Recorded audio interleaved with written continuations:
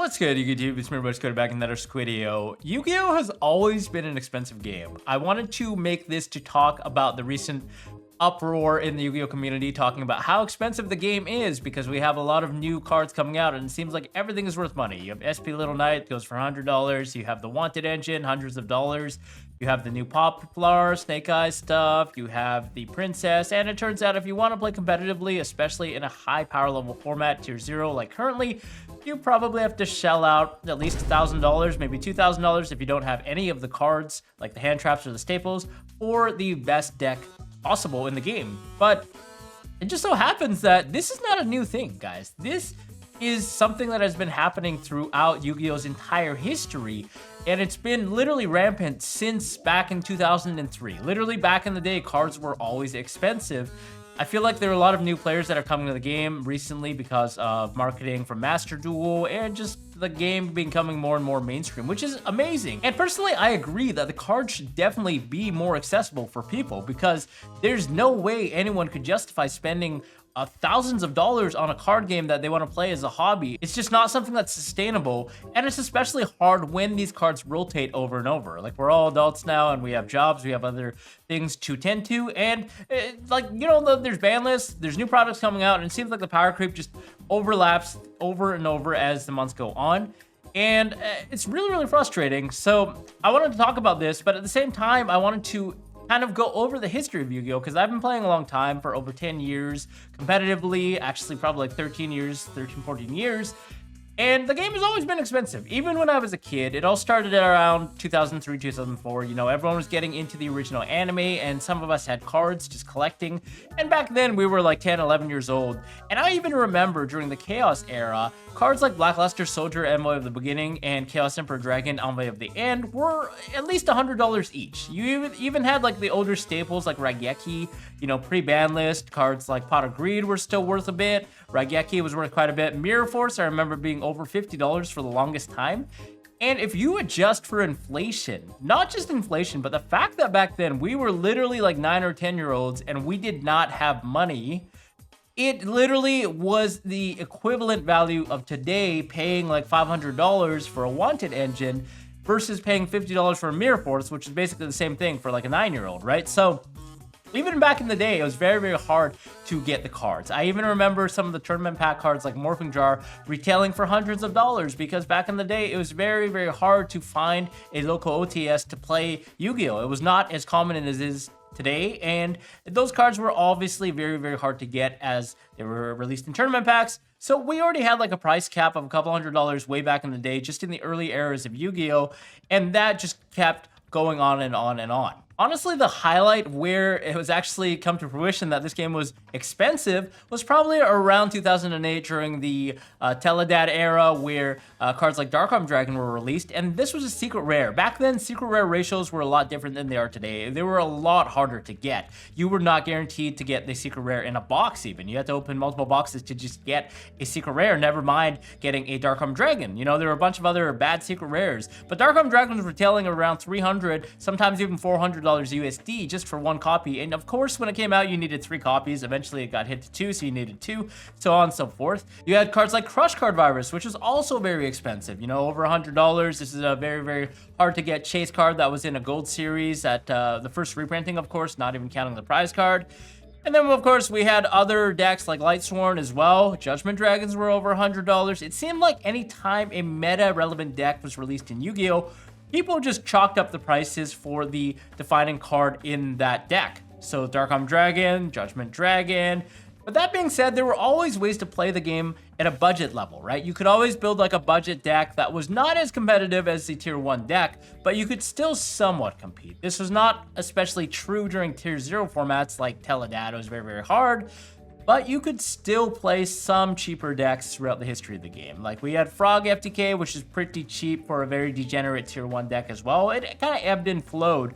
But it seemed like Konami didn't really intentionally create those decks. A lot of those decks came out of happy accidents, and they were sort of decks that players created together, which Konami didn't anticipate, or else they definitely would have raised the ceiling, the pricing of those cards by maximizing the rarities, which they seemingly used the OCG as like a battleground to assess which cards would be good. And then 3 months later, when that pack was finally released in the TCG, it seemed that we would be the ones suffering from the maximum rarity. So they would bump Dark Arm Dragon was a rare in the OCG originally, and it was a secret rare in the TCG after they realized how good this card was in the actual metagame. Going into the Synchro era, a lot of the Synchro staples were also very, very expensive. You had to get an entirely new deck of at least 15 to 20 cards that were basically defining the game after Synchros came out, right? Previously, we had Fusion deck. You could just get a bunch of these cards that didn't really do much, but now you had to get a completely new extra deck because Synchros were released. There were a lot of expensive Synchro cards. Like Brionek, when he was released, he was very, very expensive. You had cards like Trishula. You had cards like Mistworm even, a lot of the DT cards. A lot of these cards were worth a lot of money because everyone was rushing and scrabbling to get them so they could play again. So decks like X-Sabers were naturally quite expensive. And after 2010, we actually got the first major power creep in the Shining Darkness, which made things even worse. Decks like Infernity were very expensive. We had Infernity Archfiend, which was a game-based promo, which made it very, very hard to get a playset. That card was very expensive, around $40 to $50 each. And then, of course, we had the TCG exclusive Infernity Barrier. It seemed like Konami was finally pushing these decks in a way by introducing powerful broken TCG exclusives that were a maximum rarity. Infernity Barrier was over $100. You had Infernity Launcher as well, which was $30 to $40. You had Infernity Mirage. Everything added up in these decks. These top meta decks were always high value money. Really quickly, if you guys aren't already subscribed to the channel, definitely consider hitting that subscribe button at the bottom. It'll go a long way to support the channel. Other than that, thanks a lot for tuning in.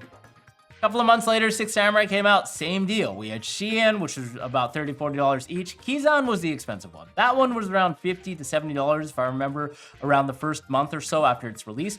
Back in the day, super rares were not guaranteed in the booster packs either, so that meant that super rares were kind of as rare, potentially, as a secret rare to get the specific one that you wanted. In this case, Kizan being the main extender in the deck, and a card that you needed 3 copies of mandatory, became very expensive as well. And then you had cards like Gateway of the Six that went up in value, and all of these other cards went up in price over and over and over.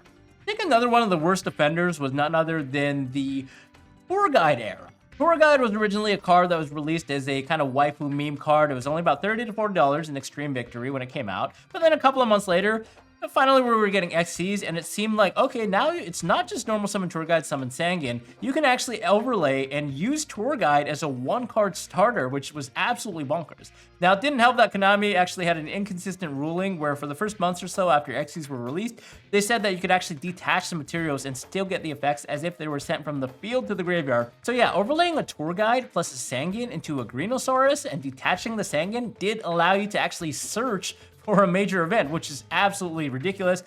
But this caused an extreme price spike for Tour Guide, which pushed it over $100. This card was retailing at around $150 to $170 per copy, and a lot of the decks played it. Basically, all of the best decks played this card for a long period of time because going into Sangan was amazing to search for your starters, as well as being able to have the toolbox option to go into a rank 3 easily. And there were powerful cards like Levier, the Sea Dragon back then, which were very, very hyped and pushed for back in the day's power level. We had decks like Agent Angel that played Tour Guide. We had decks like Plant Synchro that played Tour Guide. Even Dino Rabbit played Tour Guide because it was very, very easy for you to go into Levier the Sea Dragon, resurrect that Dino Rabbit. Speaking of which, Dino Rabbit was also very expensive. We had Rescue Rabbit, which was around $80 a copy, and you needed 3 copies. You needed 3 copies of Tour Guide. That was about $450 to $500. And of course, I totally forgot to mention this earlier, but Max C. This was a defining card that was also very cheap on release, about $10 each. And then people realized this card is actually game shaping. It destroyed the entire metagame because it, you can use it in response to special summoning and lock out your opponent.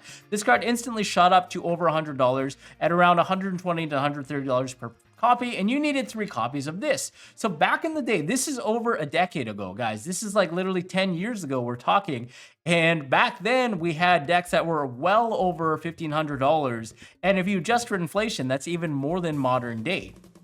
Every deck needed Tour Guide. Windups needed it, Inzectors needed it, Dino Rabbits needed it, Plant Synchros needed it. The card was just so good. And then, of course, you needed the other powerful TCG exclusives like Evol's Ardoka. Those were $80 each. Lagia were about $40 a piece for the ultimate rares.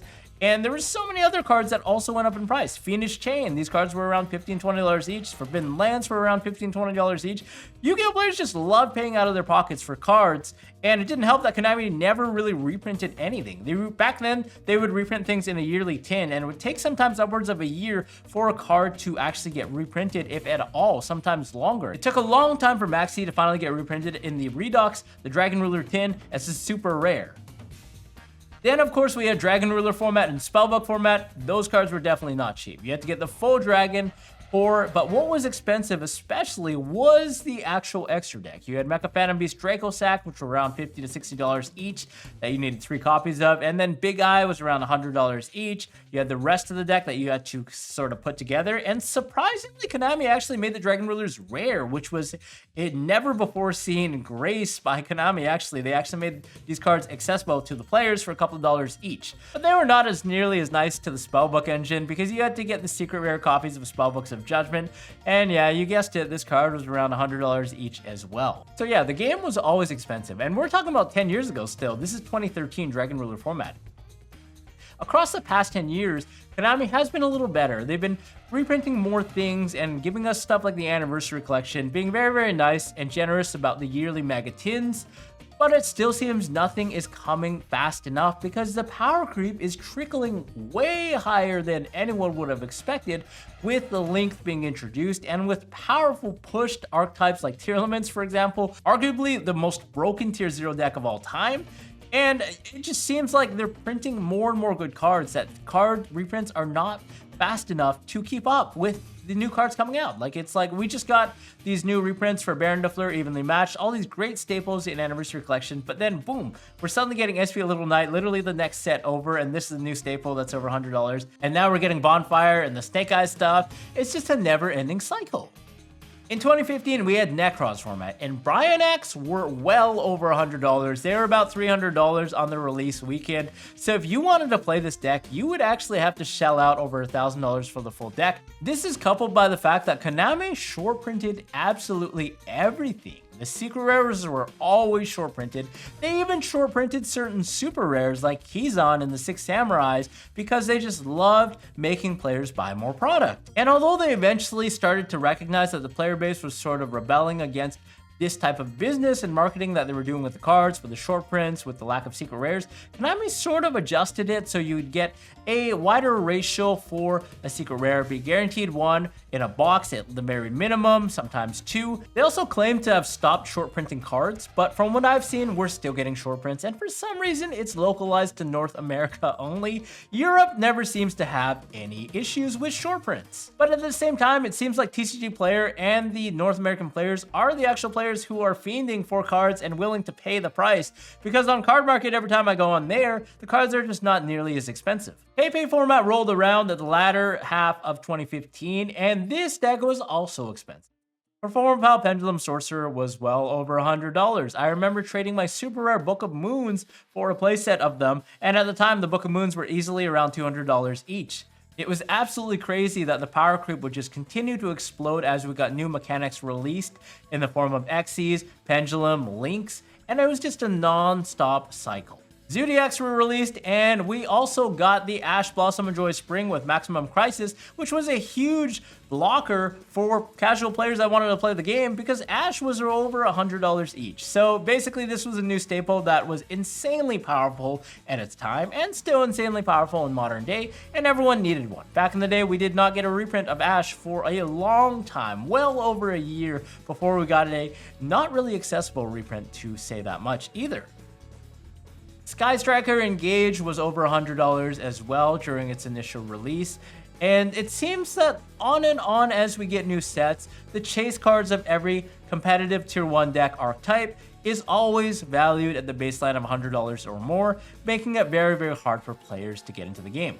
Which brings us to the modern day era, where it's seemingly repeating history again over and over, with Konami now introducing the power creep, the pseudo tier 0 format that we have in the form of Fire Kings, and the Snake Eyes stuff that comes with it.